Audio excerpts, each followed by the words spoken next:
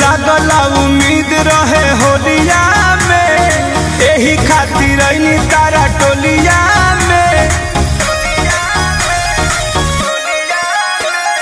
लागला उम्मीद रहला होलिया में, एही खातिर आइनी तोहर टोलिया में।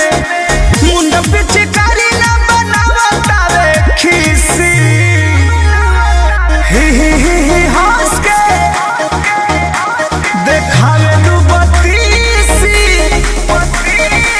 सगरो रंगाई ले लू हम केने मिसी, सगरो रंगाई ले लू हम केने मिसी, सगरो रंगाई ले लू हम केने मिसी। सुन गाइए दे लू जा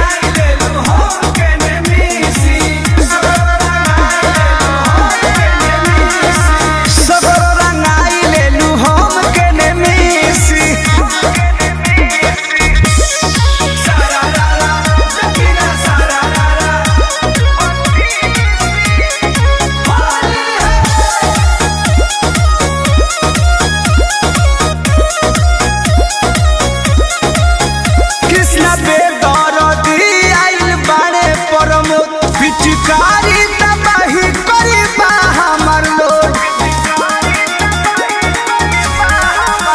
कृष्ण बेटा